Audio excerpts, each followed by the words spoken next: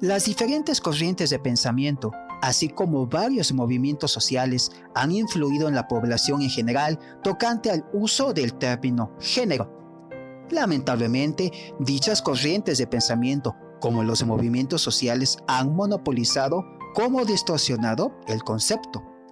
No obstante, es así como ellos lo dicen, manejan y dictan. Veamos qué nos puede decir la ciencia de la salud mental tocante al concepto en cuestión. Te sorprenderá saber la siguiente información y como producto de ello, no verás al vocablo género como antes. Habrá mucha información en pocos minutos, así que pon atención. Soy Caleb y bienvenidos a Caleb Psicología para la Vida. Viviendo la vida, donde darse cuenta es consentido. Hola, buen día a todos y a cada uno de ustedes. Continúo con el tema llamado disforia de género. Así que hago la misma recomendación que el video anterior. Y es, ¿cuál? Que tratemos de entender el texto desde una manera descriptiva. Esa es mi recomendación para que podamos entender o sacarle provecho a este material. Así que inicio desde aquí. ¿Ok? Género. No olvidemos que género, tomando en cuenta el DSM-5, el manual psiquiátrico, género nace como una necesidad, ya que hay indicadores biológicos de sexo ambiguo o en conflicto en algunas personas que socialmente no se pueden identificar como sexo masculino o sexo femenino. ¿Sí? Así que nace esa categoría de género como una necesidad identificatoria. No olvidemos también que género está constituido de 3 factores importantes, que es lo biológico. Esto es sumamente importante. Aún el término género tiene que tomar en cuenta lo que es biológico. Se suman también los factores sociales y los psicológicos. Es decir, que cuando alguien usa la palabra género sin tomar en cuenta lo biológico o lo psicológico, únicamente lo social, bueno, ya está teniendo un conflicto, ¿no? Ya está teniendo un problema. Continúo. Para que podamos ir entendiendo a manera escalar, ¿no? Lo que es la disforia de género, necesitamos entender qué es la identidad de género. No olvides qué es género para que podamos entender el concepto. Y bueno, la identidad de género se refiere a que es una categoría de identidad social. No se confundan con las corrientes sociales que existen. Aquí no entran, no tienen nada que ver. Es simplemente la identidad de género, es una categoría de identidad social y que se refiere a la identificación de sujeto como varón o mujer o quizás otra cosa, ¿sí? Distinta, ¿ok? Identidad de género, como hace un momento lo mencioné, género, de hecho puede ser un espectro muy amplio, ¿no? Ya que si toma en cuenta lo biológico, lo social y lo psicológico, con uno que cambie, entonces ya hay un cambio de género, naturalmente. Ahora pues, definamos qué es necesario, qué es un transgénero o qué es transgénero. Veamos que es trans, y trans viene del latín, que habla de, bueno, que significa a través, más allá, a través del otro lado, ir más allá, bajo esta idea, que es transgénero. Transgénero se refiere al amplio espectro, claro, de sujetos que de forma transitoria o quizá, o incluso permanente, se identifica con un género diferente de su género natal. Por supuesto, o sea, como ustedes ven, el abanico es sumamente amplio. Sumamente amplio. Dan ganas de interpretar, pero no es el momento. Continuemos. Ahora pues, ya para entrar al punto importante de qué es la disforia de género, necesitamos entender qué es un transexual, ¿ok? Y bueno, un transexual denota o es un individuo que busca o que ya ha experimentado también una transición social de varón a mujer o viceversa.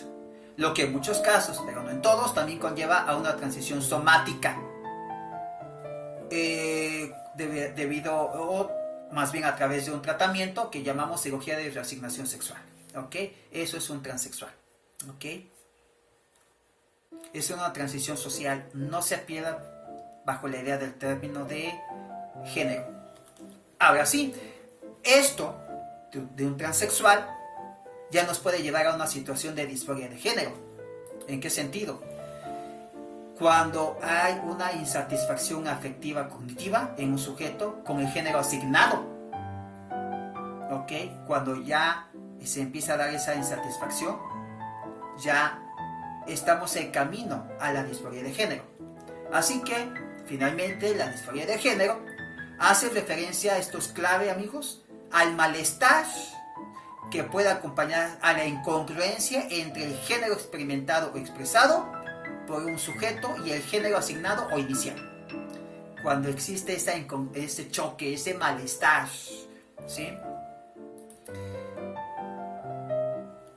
Aunque no todos los sujetos presentarán malestar como consecuencia de tal incongruencia, naturalmente, efectivamente, muchos de ellos presentan que un malestar se sienten mal, pues, si no pueden acceder a las intervenciones físicas mediante hormonas y o cirugía deseadas por el sujeto, que estábamos hablando, que son las reasignaciones sexuales, ¿no? A través de la cirugía.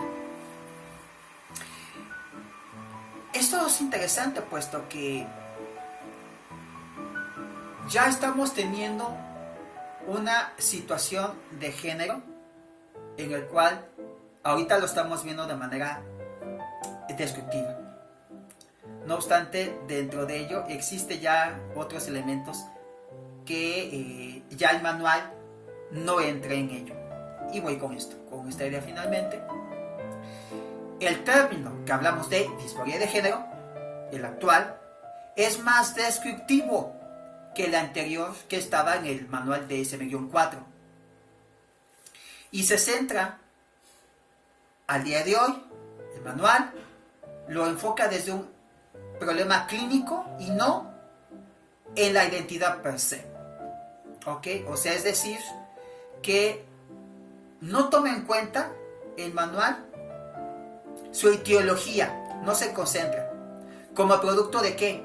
De su trastorno de personalidad, sino que más bien únicamente se centra en su disonancia cognitiva, nada más. O sea, así que el manual DSM-5 hoy se la lleva más tranquila, ya no se mete en el trastorno de la personalidad. No obstante, no deja de existir. Así que, siendo muy técnico, la disforia de género ya es una patología dentro de la patología, ¿no? Ya es más profunda todavía. Hoy hay transexuales, efectivamente, que son tal cual, y sin embargo algunos se definen perfectamente sexualmente en términos de sexo como hombres, queriendo ser mujeres, y viceversa también. Es muy interesante eso. Así que, disforia de género, finalmente, es esta la definición.